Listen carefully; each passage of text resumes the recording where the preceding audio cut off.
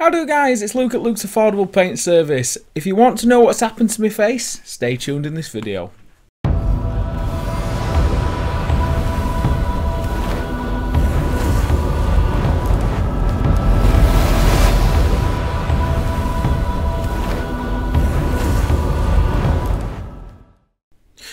Right guys, so what happened is I burnt myself with super glue. I was building a lot of trees for a commission, and I've had some readers on so I can do all the close-up gluing. And because I've been using super glue and I've been activating it with activator, the fumes have burnt my face. So that's why I look like burnt face man. But anyway, the reason why you're here is because I'm going to show you how to make Sculptmold. Me and Daryl have been playing with loads of different ways, and we've come up with something that we really like. Okay, so we thought we'd share it with you all. So sit down, gonna go old school down into the kitchen, and yeah, see you at the end. Right, so get a big stacker box, because it does take up a lot of space when you're doing this. I'm going to put in about, six toilet rolls in total. But what you're going to do is unravel them. Don't unravel them, it takes forever. Get a knife, cut them down the middle. You get them off easy, just watch your fingers, alright guys? Just cut straight through it and then peel them in, it's far better. Now, I'm using warm water. I don't know whether that makes it any easier for it to break down or anything like that, but just make sure there's plenty of water in there. And then what you need to get is a hand blender. I think they're called emulsifiers, could be wrong. Just don't tell the mum, just go get it and make sure you clean it properly before you put it back in. And then literally just blending this up till it looks like pulp, as in literally, so all that water just turns into like a mushy, pulpy water. If you've ever made paper mache or wallpaper paste, that sort of consistency, okay? Then the next step is just literally to get the water out of it as much as you can. So press it into a sieve, so the bigger sieve you've got, the better it is. Just roll it up into balls, bang it on the side, and once you've done it all, we'll go on to the next step.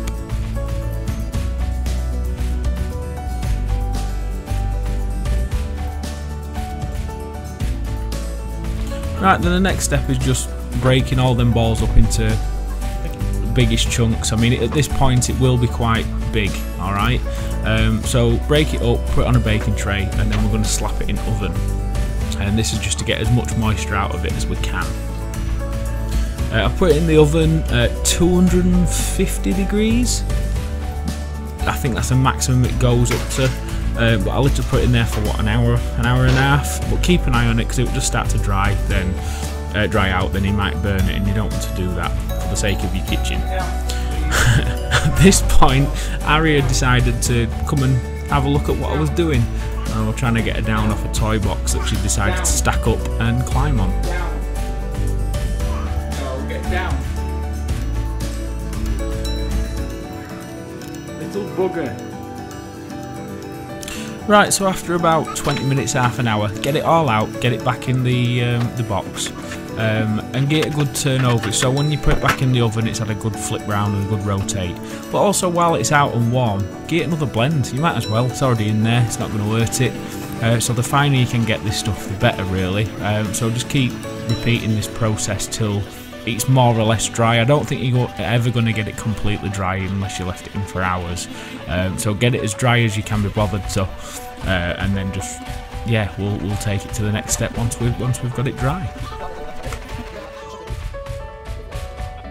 Right, now let's tell you all the secret ingredients. What you're going to do is fill a tub up, it's about 50-50 mix, okay?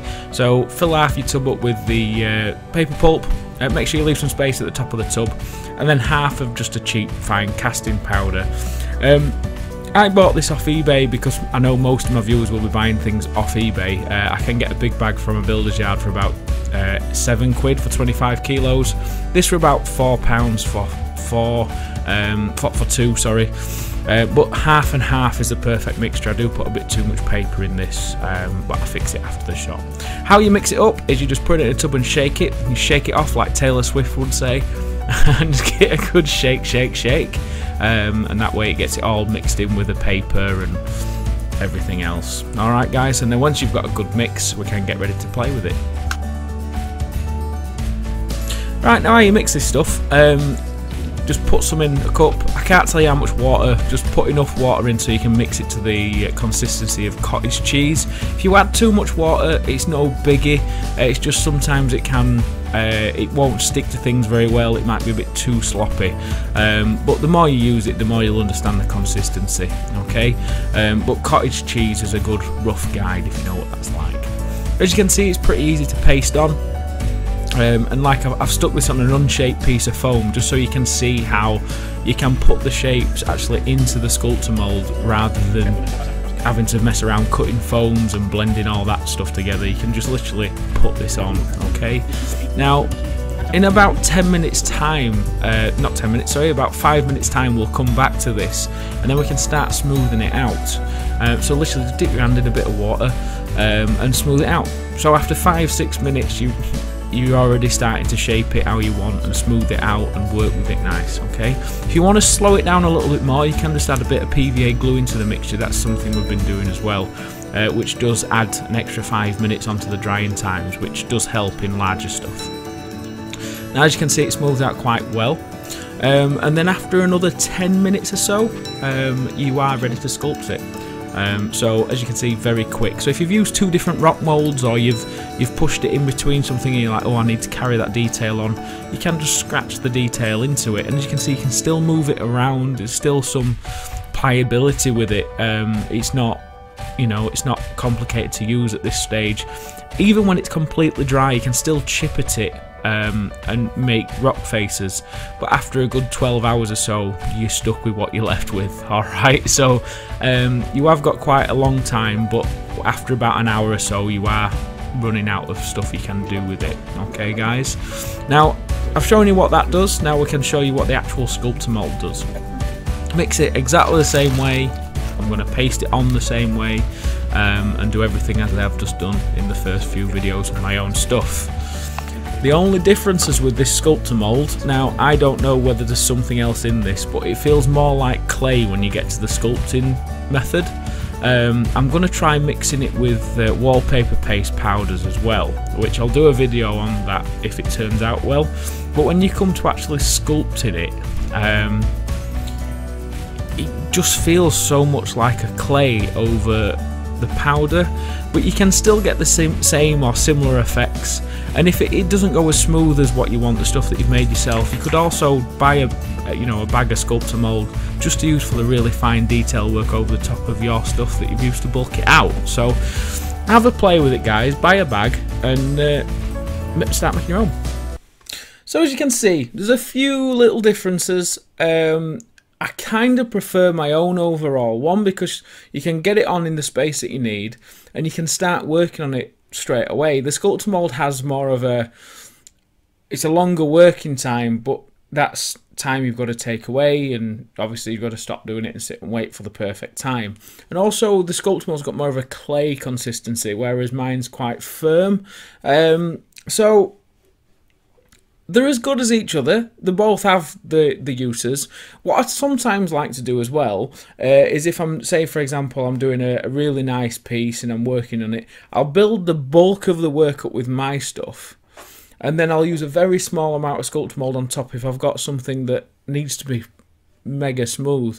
But I can get my stuff smooth as well, so I very rarely use it, okay? I mean, I've only been using it, what, 2-3 weeks now?